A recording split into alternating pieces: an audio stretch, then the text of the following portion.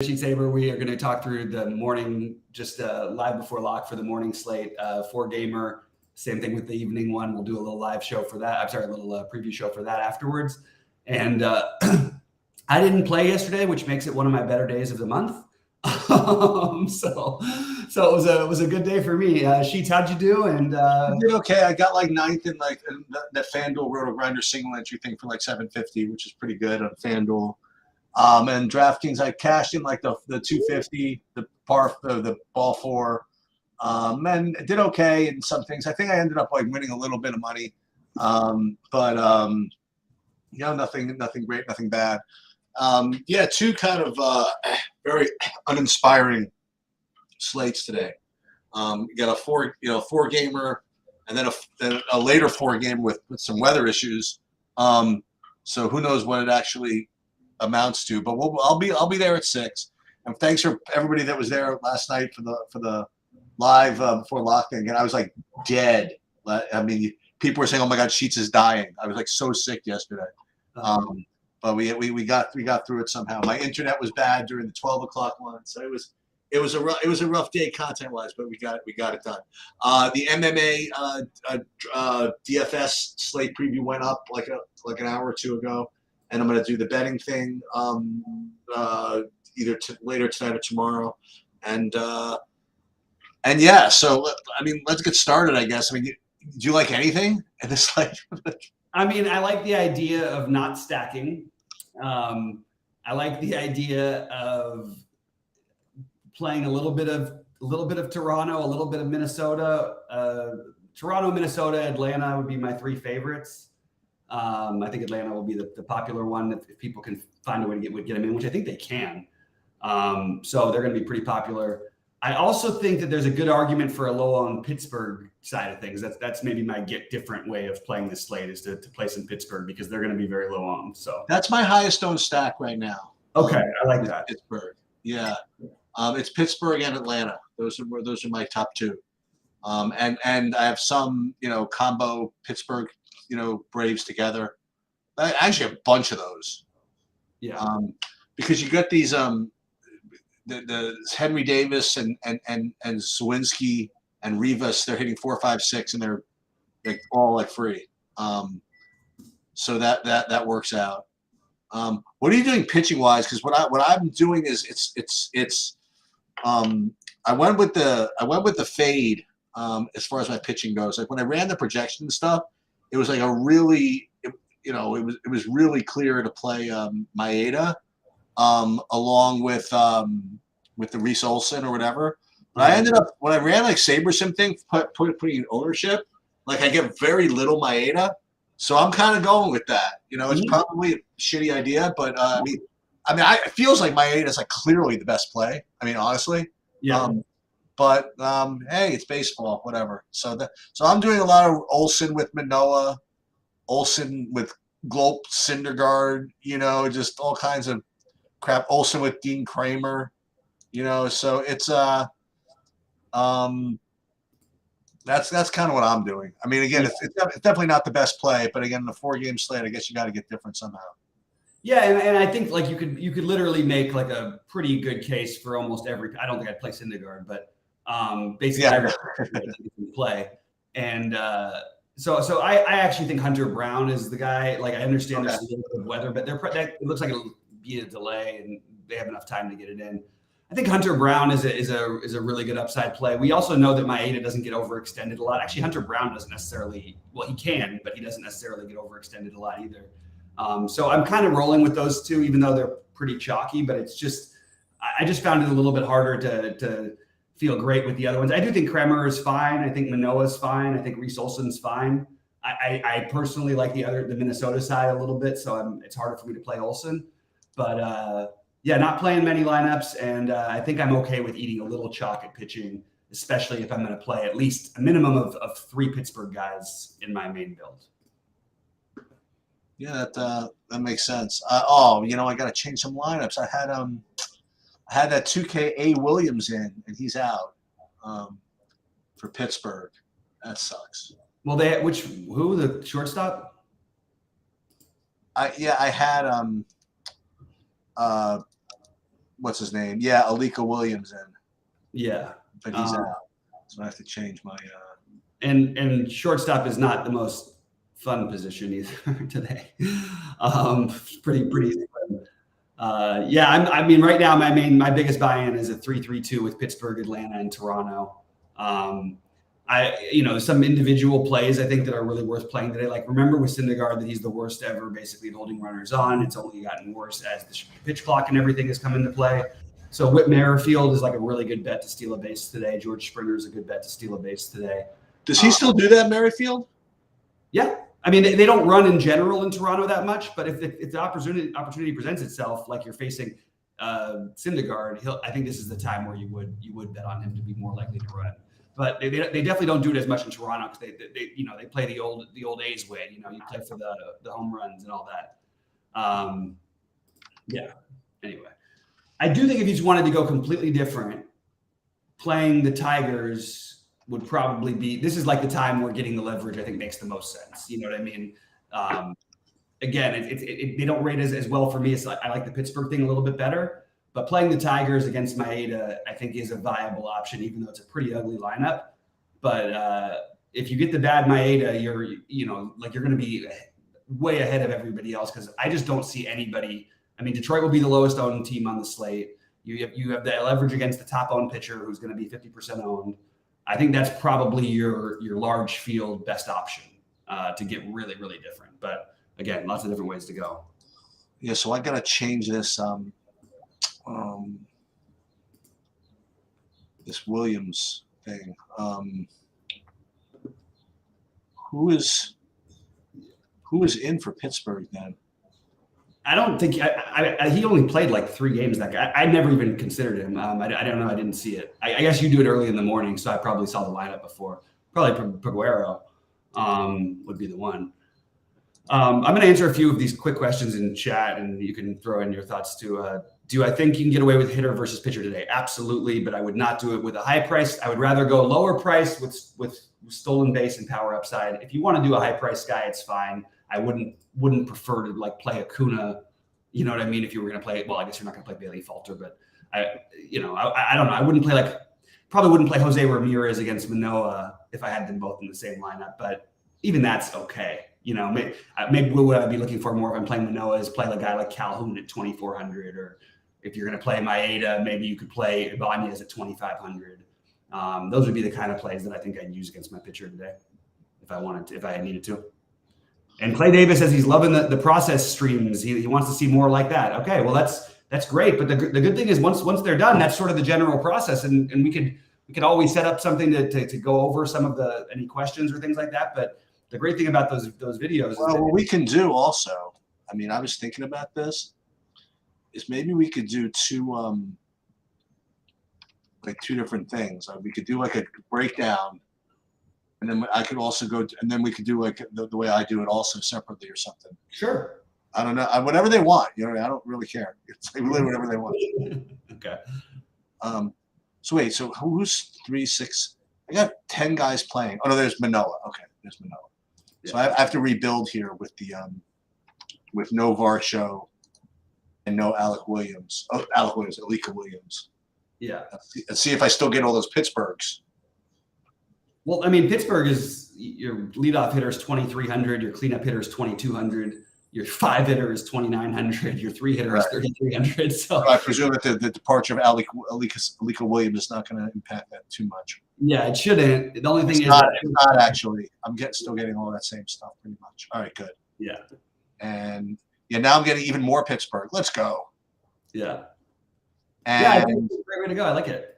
And you know what? I have all kinds of ridiculous stack, like 4 1s, like 3 2 2 2. I mean, I have all kinds of stuff. It's like a 4-game slate. I mean, anything's possible. Yeah, you gotta get a little creative.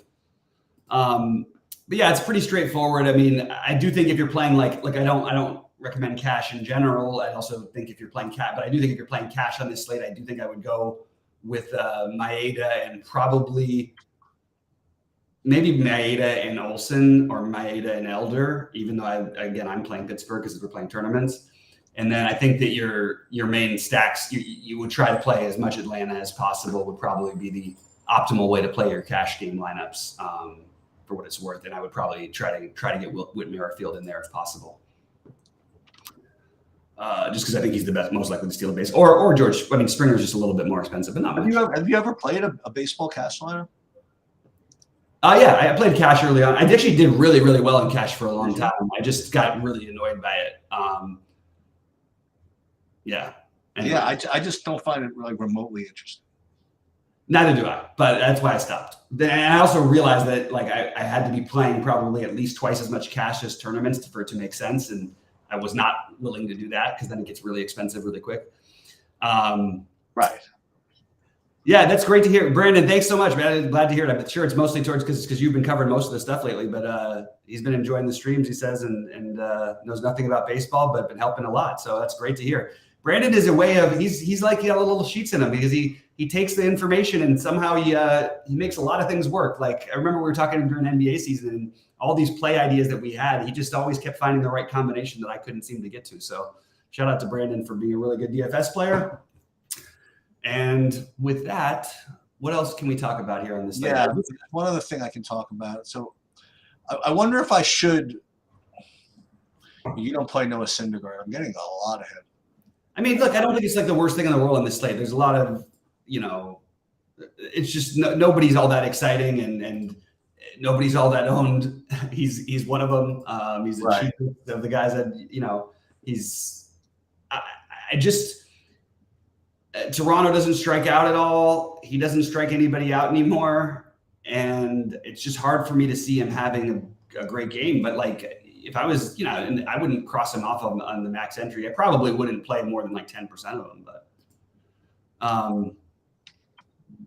we'll talk. To Rich, to answer your question about do we do cash GPP breakdowns? Yeah, we do. We do the breakdowns for the NFL, and I always throw in the cash plays. I'm happy to add that to part of the thing. It's pretty straightforward in NFL. Usually, you've got 20 guys who are basically viable options for cash every week, so you're not making too many tough decisions. But yeah, I'm happy to touch on all that. I like the Hunter Brown idea, Bobby. Yeah, I just want to play the upside game there. And I think he will be lower owned because he's facing Baltimore, which is, fair enough. But like, I still like the talent. Yeah. And I literally didn't even look at FanDuel early slate. No, there was split slates on FanDuel. I just never get a chance to check, but happy to answer any questions if it kind of come up. Yeah. The other thing I have to figure out is how to keep forgetting how to do this. How to put when we save the live streams to YouTube, I'd love the chat to show up on the replay. I don't think it does. For wait for what? When we do these live streams, mm-hmm. I'd like the chat to show up on the replay when we load the live stream to YouTube, and I don't think it's doing it. I'm gonna figure out how that works. I'll take a look at that too. Okay. I'm sure it'll take me 10 minutes to Google it and figure it out. But yeah, I'll take a quick look at that as well. Oh, you thought the chat just show up? Oh, okay, Scott. There you go. There. Okay, perfect. Yeah. What is everybody else doing out there? By the way, Scott, we haven't talked about this. Dude, you deserved better the other night. So you weren't sweating this, Bobby. They had the Scott had a really good lineup in the 4-ball the other night, and I really thought he was going to win.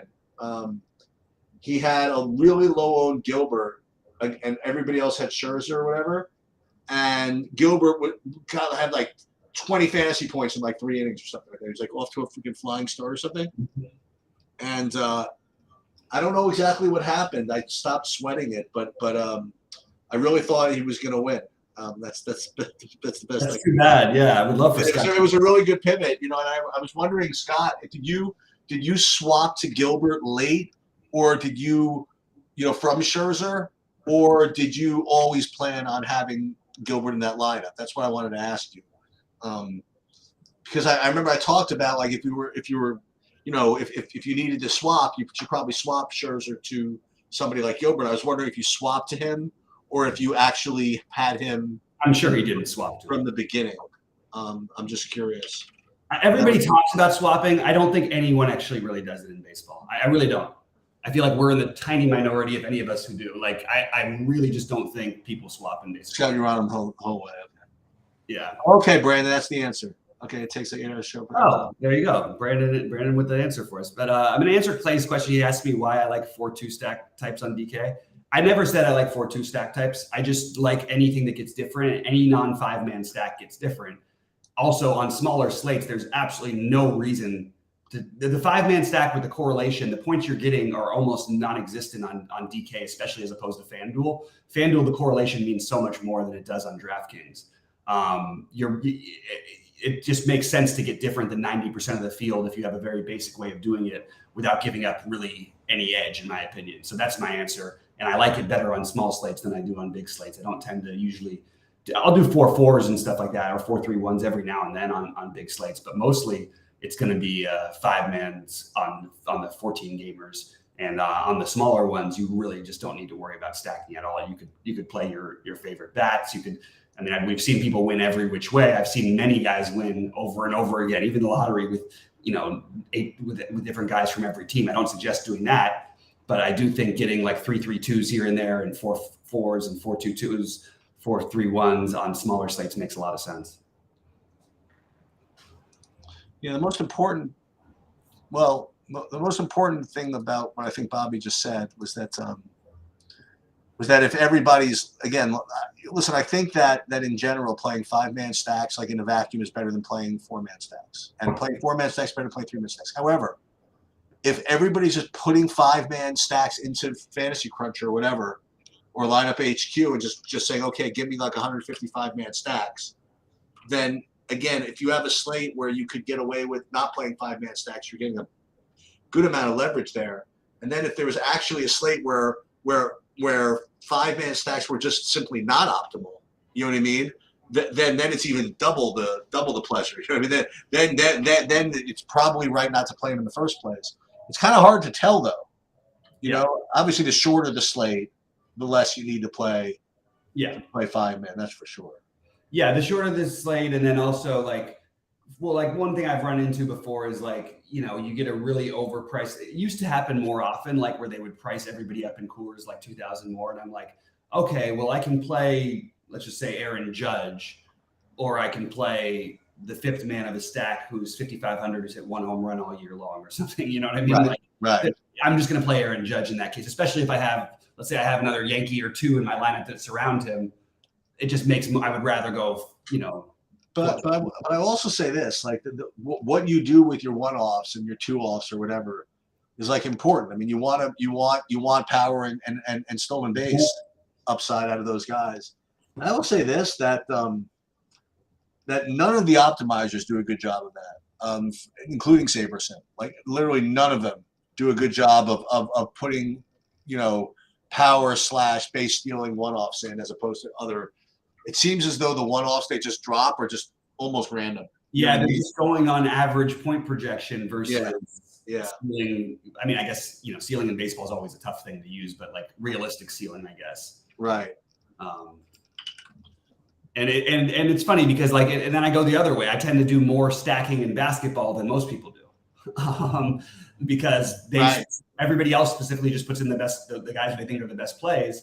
Right. Well, I can get a little edge, and then also you're going to run into 5% of games that run into overtime.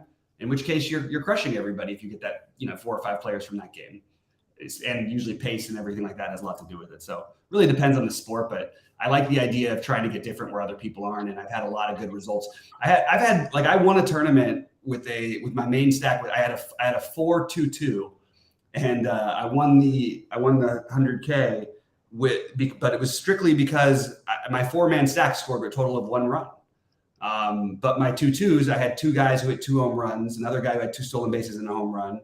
You know what I mean? Like it was interesting because it was really like the non-stacks won. And we saw that the other night. Somebody won with a stack of a team that scored like 3 runs, but really, and it was a 5-man stack. But the other 3 players they had each had like 35. Well, as the league turns into obviously more and more home runs. And now with the increase in stolen bases too, it's I think this is a good season really to emphasize that to getting good one-offs. And people are doing the one-off thing. They're just always using Acuna and Mookie Betts because you can see when they're guys, those guys are like 20+% owned, and nobody else on their team is like more than 5 or 6% owned because you can't afford them. Right. You just know that's what everybody else is doing. Those are always going to be the one-offs everybody uses. Whereas like Matt Olson and Austin Riley especially, like these guys don't get nearly as much one-off love. They're much more only in parts of stacks that people use. All right, so I guess what we should do, let's get out of here for a few minutes. Yeah. And then like 12:30 or something like that. Yeah. We'll go. Yeah. Let me. I got to do something real quick. So then 12:30. At 12:30, we'll go and we'll do the. It's only a 4-game session. You can be out here in a half an hour, easy. Yeah. We'll go through that easily. So we're going to come back here live at 12:30 to break down the main slate. Yeah. Good luck, everybody. We'll see you guys soon.